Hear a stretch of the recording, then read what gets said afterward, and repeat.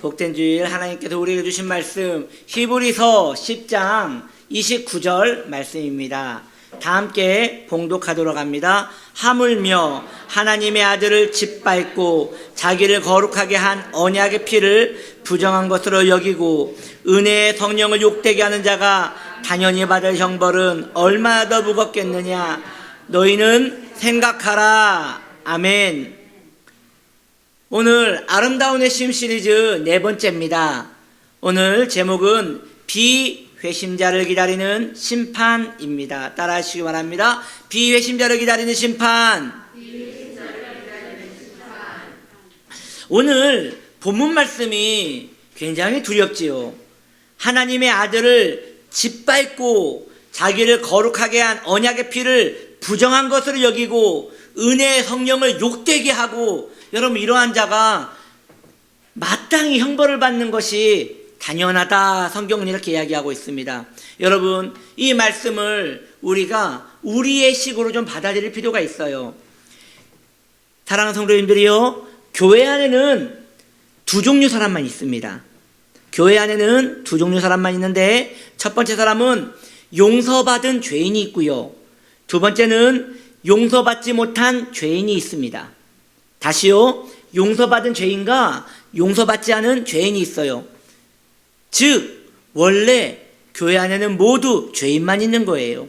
죄인은 어떤 사람이냐? 오늘 성경은 명확하게 얘기하지 않습니까? 죄인은 누구냐? 하나님의 아들을 짓밟았고 성령을 거역했으며 언약의 피를 부정하게 여긴 것이 죄인이에요. 그런데 그 죄인이 그 사랑을 깨닫고 자신이 죄인임을 알고 예전에 행했던 모든 죄악을 슬퍼하며 이것으로 인하여 주님과 더 관계 맺기를 원하는 그 마음, 감격, 사랑, 죄송함, 슬픔, 이것이 용서받은 죄인의 마음이고, 아직도 그 마음이 없이 여전히 이 자리에서 주 예수를 짓밟고 용서에 대한 감격이 없고 하나님에 대한 감각이 없는 자는 여전히 멸망 상태에 있는 것입니다. 그러므로 저는 이 자리에 있는 모든 죄인의 감성을 가진 모든 성도님들에게 주님의 말씀으로 세 가지 권면을 성경을 통하여 말씀을 드리려고 하는 것입니다. 그 첫 번째는 하나님은 공의로우신 분이라는 것입니다. 하나님은 공의로우십니다. 여러분, 공의롭다는 말이 무엇입니까? 공정하다는 것입니다. 세상은 공정하지 않아요. 세상은 자기 입장에서 이해를 해요. 그것이 정치고 그것이 문화입니다. 내 편에게 팔이 안으로 굽는 것이 이 세상의 정서입니다. 하나님은 그렇지 않습니다. 하나님은 늘 한결같이 공정하십니다. 그 공정하신 하나님께 우리는 한 가지 예를 들어 말씀을 드리기 원합니다. 그 공정하신 하나님께 한 사람이 나왔습니다. 신실한 성도예요. 신실해요. 기도를 많이 했고요, 하나님께 자신의 시간과 삶과 물질을 온전히 헌신하여 드렸습니다. 그리고 그는 평생을 선한 일에 힘썼으며 기회가 있을 때마다 하나님의 말씀을 전하였습니다.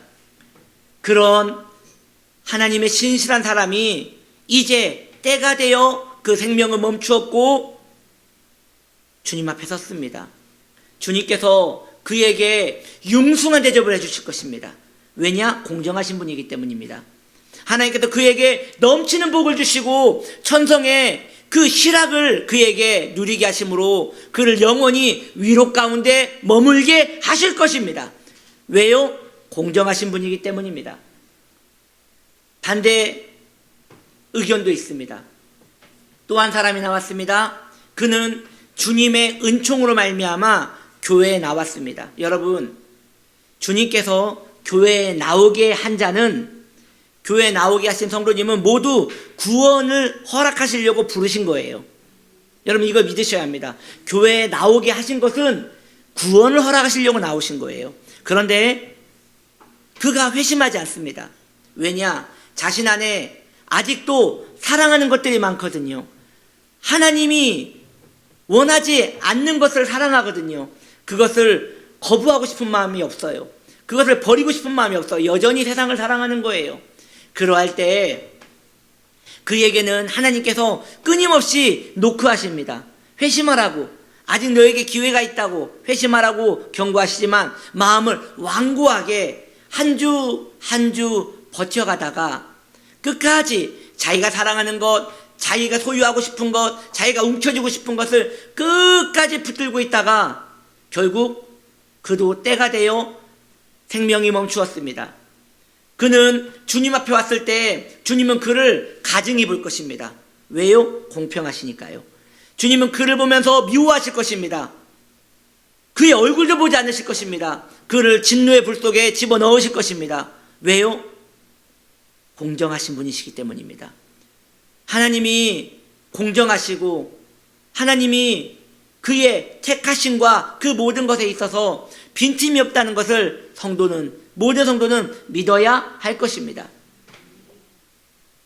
그 하나님께서 왜 죄인들에게 구원을 주신다고, 그를 회심으로 인도하신다고 그를 노크하신데도 그는 왜 오지 않을까요? 그 이유는 딱 하나입니다. 아직도 세상을 사랑하기 때문이에요. 몸은 교회 안에 있지만 아직도 육신의 정욕과 하나님이 미워하는 것들을 너무나 사랑하기 때문입니다. 이에 대하여 저는 한 가지 예를 들어 여러분들에게 말씀드리기 원합니다. 여러분, 우리는 대한민국 국민입니다. 북한에서 김일성을 섬기던 사람이, 김일성의 총애를 받던 사람이, 높은 직위에 있던 정치인이 대한민국으로 귀순을 했어요. 그래서 환영을 해줬습니다. 이 사람은 대한민국 국민으로서 식사도 여기에서 하고요. 그리고 선거권도 있고요. 대한민국에서 평화롭게 지내고 있습니다. 그런데 어느 날 그의 집에 가보니, 여러분 유리덮개 있지 않습니까? 소중한 것을 보관하기 위한 그 유리덮개가 그 집 중앙에 딱 있는데 거기에 볼펜 한 자루가 딱 있는 거예요. 그 유리관 안에. 너무도 소중한 볼펜이겠죠.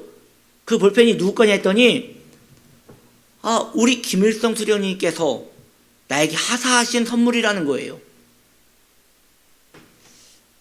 여러분, 그는 아무리 대한민국에 있어도 대한민국 땅에 살고 있는 인민군에 불과합니다.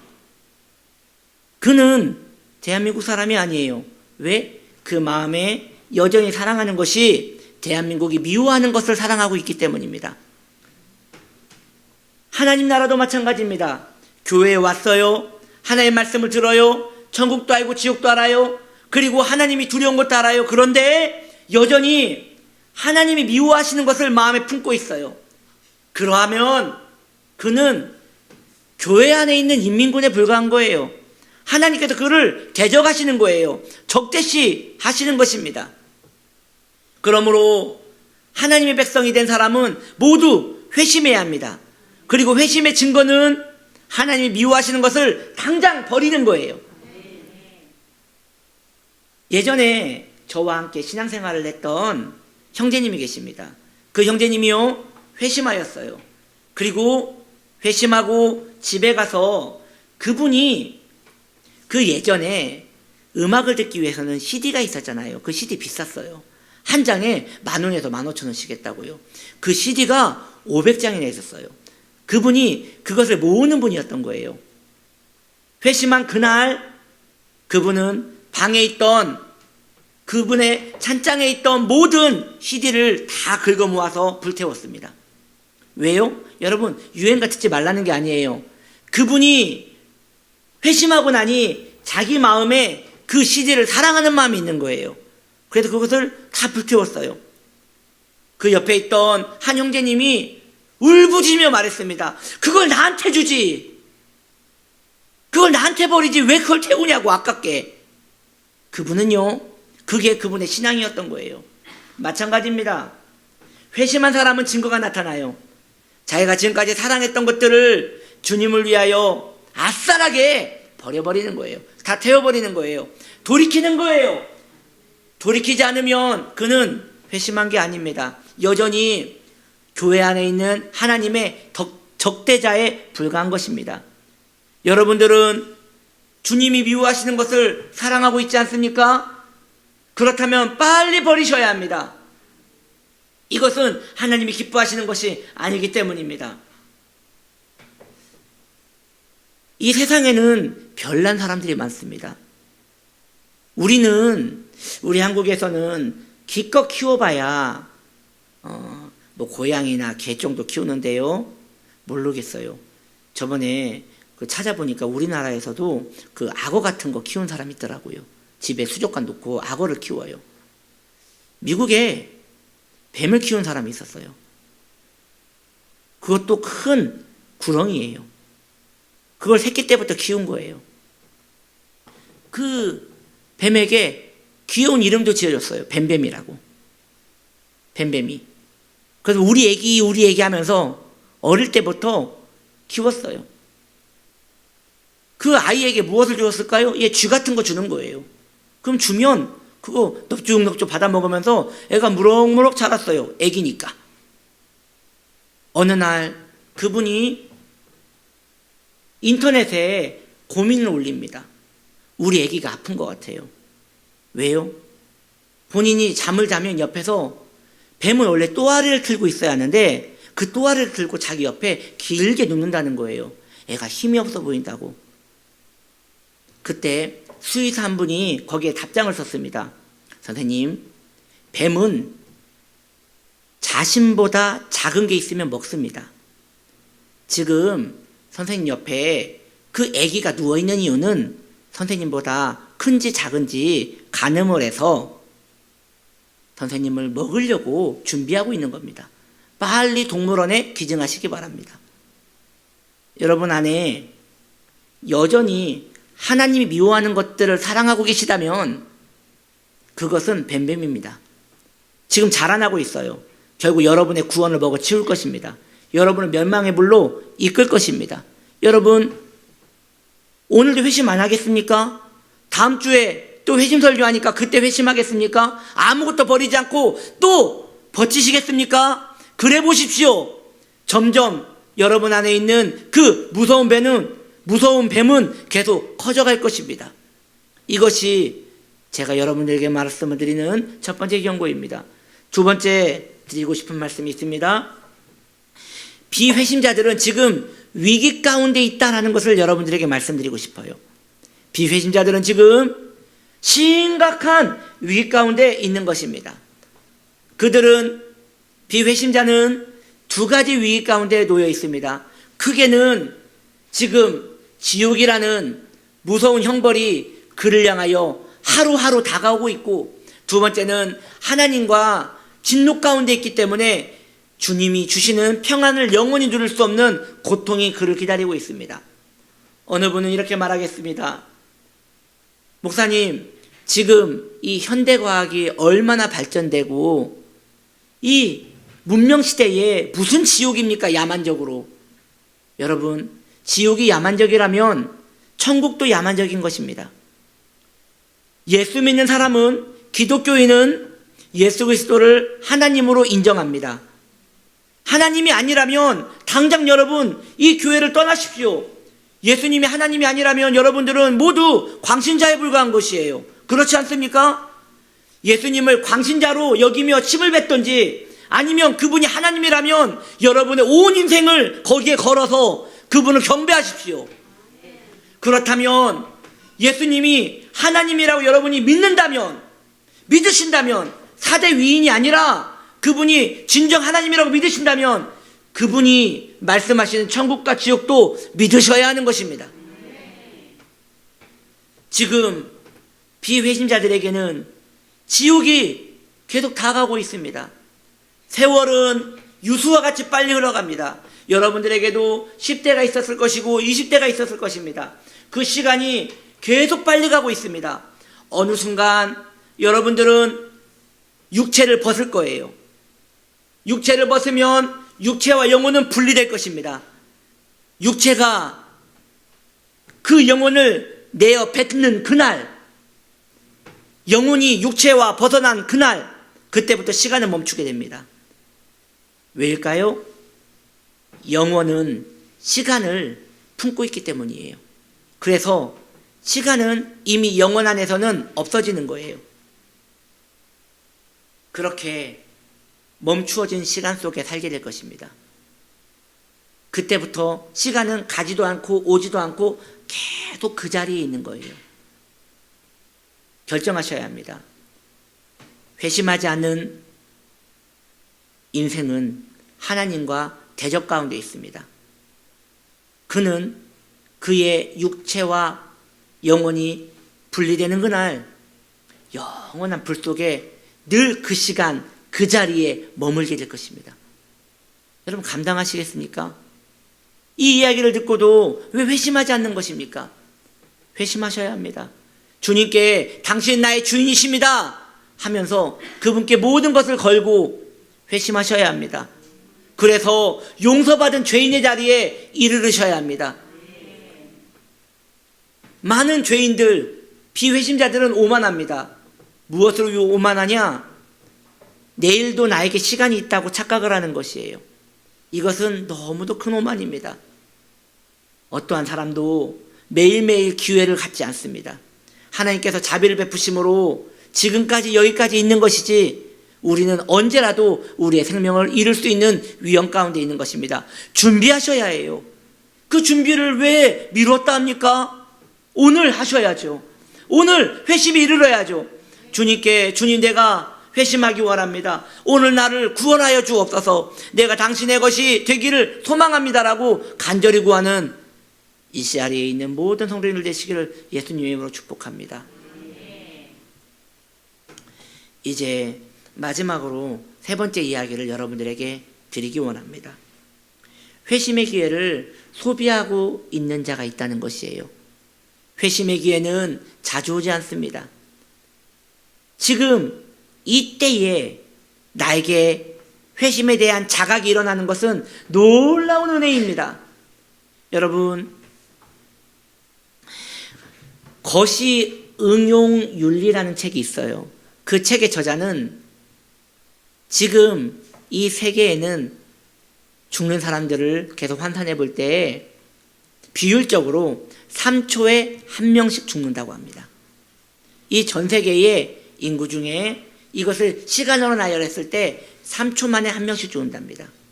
1, 2, 3 방금 죽었습니다. 하나, 둘, 셋 또 1명 죽었습니다.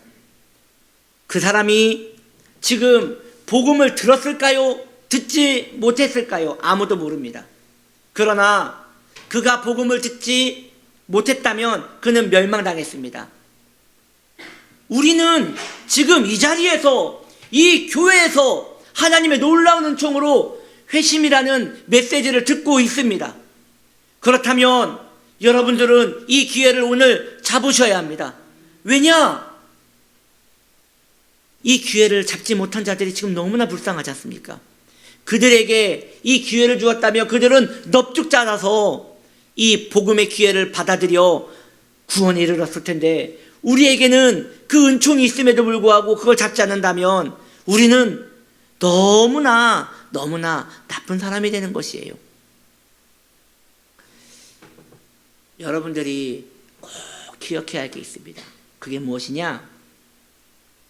오늘 이 자리에서 이 회심에 대한 메시지를 듣고 있는 여러분이 아직 회심을 못했다면 하나님께서 왜 그럼에도 불구하고 여러분들을 이 자리에 불러주셨느냐? 여러분들이 착해서, 여러분들이 이뻐서 그렇지 않습니다. 여러분들을 위하여 지금 누군가는 눈물로 기도하였기에 그 기도 응답으로 지금 여러분들이 이 자리에 있는 것입니다. 누군가 여러분들을 위하여 울었습니다. 여러분의 가족 중에 한 명이, 여러분들의 형제 중 한 명이, 배우자가 혹은 자녀가 여러분을 위하여 울어주었습니다. 그렇기 때문에 하나님의 마음이 움직여 여러분들을 성령으로 말미암아 감동시켜 이 자리에 앉혀놓으신 것이에요. 언제까지 그들이 눈물을 흘려야 합니까? 언제까지 그들이 하나님 내 가족을 구원해 주시옵소서, 내 가족이 회심으로 이르게 하여 달라고 언제까지 기도해야 할 것입니까? 하나님은 자비로우시고 하나님은 오래 길이 참으신 하나님이십니다. 그래도 계속 기다리게 하시겠습니까? 성도가 구원에 이르기 위하여 꼭 필수적으로 마음에 다가오는 거룩한 심정이 있습니다. 그게 무엇이냐고요? 다급함입니다. 거룩함에 대한 다급함입니다. 진노에 대한 다급함입니다. 그 다급함이 있는 자는 내일로 미루지 않습니다. 거룩한 하나님의 사람 어거스틴은 하나님께 회심할 때 자기의 답답한 마음을 하나님께 고백하면서 하나님 왜 오늘은 안 됩니까? 왜 지금은 안 됩니까? 왜 나는 회심하고 싶은데 내일로 미루려 하십니까? 오늘 나에게 회심의 은혜를 달라고 그는 울부짖었습니다. 그리고 하나님은 그에게 그분의 자비를 베풀어 주셨습니다.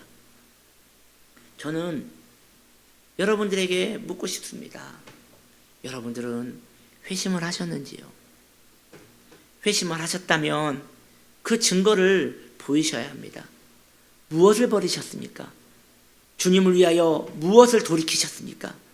주님을 위하여 여러분의 어떠한 것을 꺾으셨습니까?